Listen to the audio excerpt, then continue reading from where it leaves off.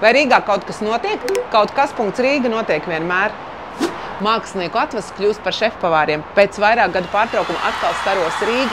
Iedvesmojošas sievietes nokļūst vienā grāmatā, savukārt dzejas vakara aizskar dvēseles stīgas. Svētku laikā atkal iemirdzēsies Rīga. Pilsētā atgriežas gaismu mākslas objektu festivāls Staro Rīga. Festivāla vizuālo identitāti radījusi māksliniece Līga Vēliņa kopā ar mākslīgo intelektu, par pamatu ņemot vairāk kā 200 fotogrāfijas no iepriekšējo festivālu gaismu objektiem un apvienojot to ar šī gada notikumu virstējumu Gaismas laiks. Festivāls skatītājiem iemirdzēsies pēc 2 dienām, tikmēr darbnīcās, ofisos un studijās vēl notiek intensīvs sagatavošanās process. Noslēpumu mums baigi nav. Piemēram, Saule Ausa var pateikt, tur būs 135 atsevišķas LED lentu līnijas. Instalācija būs veidota visa no misiņa un alumīnija, kas ir jaunums. Un būs diezgan sarežģīta konstrukcija. Mēs par to esam diezgan aizrāvušies šobrīd. Mums nav tāda opcija kā padošanās, neeksistē. Esam gulējuši ofisā kādas 2 reizes. Vai neiesim gulēt, vai brauksim mājās gulēt. Gaismas objektus festivālam arī šogad rada starptautiski mākslinieki. Gaismas savienojumi ir Portugāles mākslinieku studijas Okubo radīta gaismu instalācija, kas izstrādāta daudzu gadu pētījumu rezultātā, pētot lielu auditoriju iedarbi. Instalācijā izmantot unikālu tehnoloģiju, kas radīta autonomu transporta līdzekļu nozarei.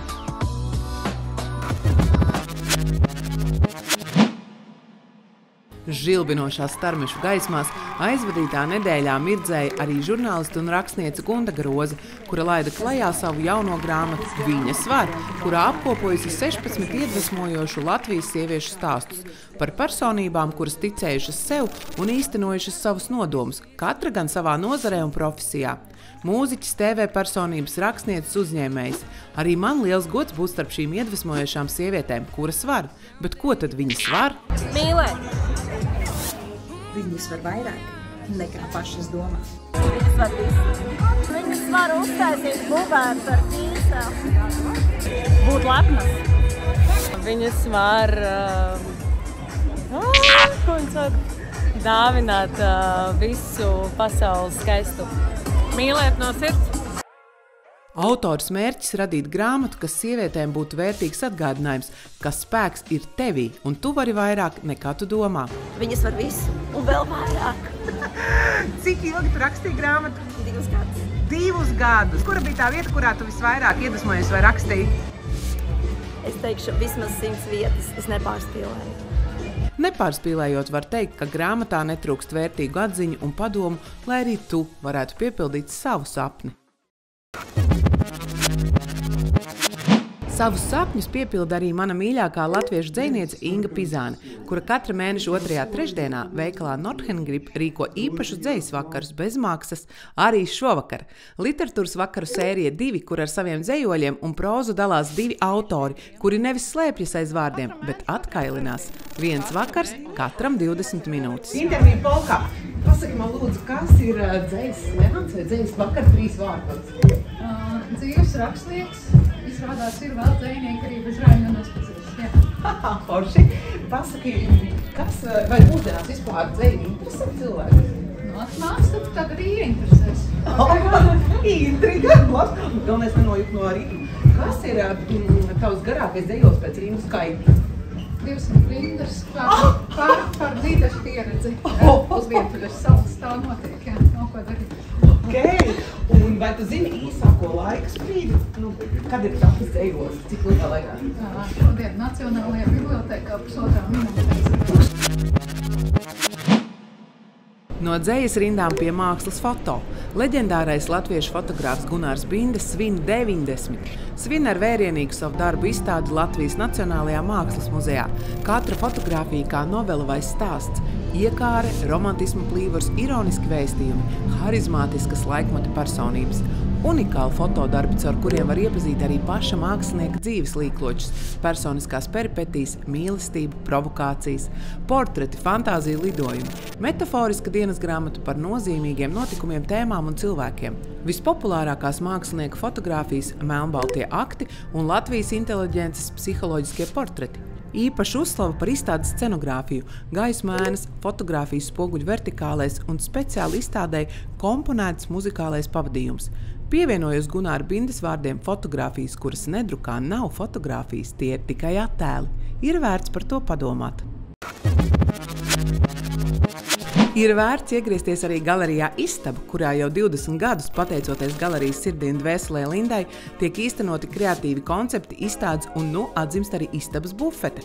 Pop-up restorāni, kuros uz mēnesi šefību pārņem dažādu mākslinieku atvases, kuri kļūst par šefpavāriem. Kā pirmie jaunajā konceptā startē Turbo Foods. Novembrī bufetē darbojas mākslinieka Roberta Koļcova dēls Gustavs Zelmens ar savu draudzeni Agati Pavāri. Pāris, kas kopā gan gatavo, gan dzīvo. Es nezinu, vai precoties man atstāt savu uzvārdu, vai tomēr pārņemt topošās sieviņas. Jo laikam jau baigi gudri būtu, ka mēs būtu pavāri.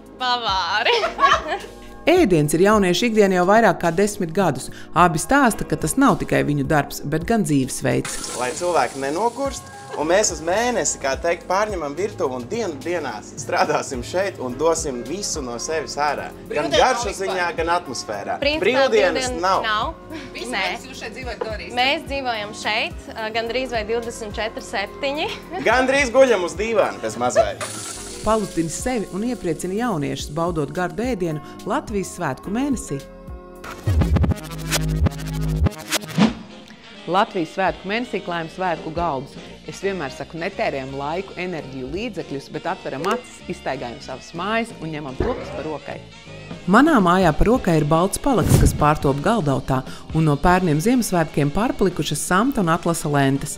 Jaunākie galda klājumi trendi liecina, ka sasieti, apsieti un nosieti galdauti un galda priekšmeti joprojām ir šī brīža must have. Ar sarkanām lentām sienu galdautu, apsienu galdu piedarums, svecēm piešķir svētku noskaņu ar samta lentīšu aktuālajiem pušķiem. Un voilā, galda klājums Latvijas krāsās gatavs. Otra moderna tendence galda klājumos izmantot pārtikas produktus, kurus pēc tam arī notiesā. Ilgtspējīgi un nav jātērē līdzekļi dekoriem vai ziediem. Aktuāli šobrīd ir maizes dekori. Dažādu veidu, krāsu un formu maizi stiprina uz drātīm vai stieplēm, veidojot piramīdas vai mini maizes instalācijas. Pa vidu saliek piemērot krāsu sveces un papildina galda klājumu ar Latvijas smilgām un rudzu vārpām, lai veidojas saskaņots ansamblis. Graudu vai putrājumu dekoros var ieslēpt slapenzīmītes, kurās rakstīt jautājumi vai vēlējumi par mīļo Latviju. Lai tev izdodas nosvinēt svētkus, tā kā tu vēlies, bet mēs tiekamies pēc nedēļas 20. novembrī, kad preparēsim pāru terapiju dejā un dzersim šampanieti, lai dzirkstoša nedēļa. Tiekamies!